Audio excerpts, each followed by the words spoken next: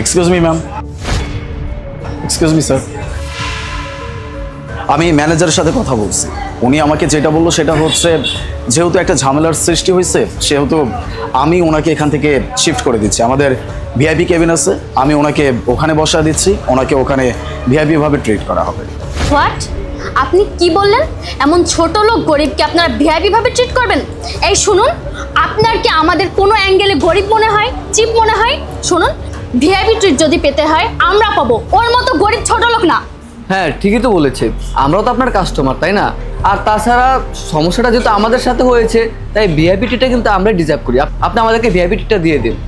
Sorry sir, যেহেতু প্রবলেমটা আপনাদের হয়েছে, ওনাকে নিয়ে আপনাদের প্রবলেম হয়েছে, সেহেতু আমি যদি প্রবলেমটাকে এখান থেকে শিফট করে দিই তাহলে হয়তো আপনাদের আর কোনো প্রবলেম হবে না। এর জন্যই আমরা এটা ডিসাইড করছি যে ওনাকে ভিআইপি কেবিনে শিফট করে দিব, ওখানে ওনাকে ভিআইপি ভাবে ট্রিট করা হবে আর আপনাদের কোনো সমস্যা হবে না।